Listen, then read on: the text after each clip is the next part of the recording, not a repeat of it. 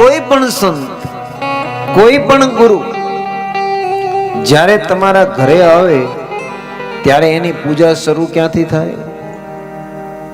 કોઈ માતાજીનું મંદિર હોય, કોઈ ભગવાનનું મંદિર હોય તો એની આરતી શરૂ ક્યાંથી થાય?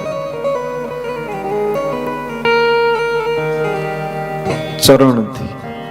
કે કોઈ પણ વ્યક્તિ હોય એની પૂજા શરૂ ક્યાંથી થાય? ચરણથી. ભગવતીની મૂર્તિ હોય, પ્રતિમા હોય, ભગવાનની પ્રતિમા હોય તો આરતી શરૂ ક્યાંથી થાય? ચરણથી. ચરણથી આચરણ સુધી જવાય, પણ આચરણથી ક્યારેય ચરણ સુધી અવાય નહીં. એટલે હંમેશા ચરણથી શરૂ થાય અને આચરણ સુધી જવાય, પણ આચરણથી ક્યારેય ચરણ સુધી અવાય નહીં. આચરણથી ચરણ સુધી આવો એટલે શું કહેવાય? કે તમારું આચરણ તૂટી ગયું, તમે પડી ગયા. પણ ચરણથી આચરણ સુધી જાઓ તો તમારું નિયમ એમ નામ પૂર્ણ છે. એટલે કોઈ પણ સંત જ્યારે તમારા ઘરે આવે કે ગુરુ તમારા ઘરે આવે તો એની પૂજા ક્યારે થાય?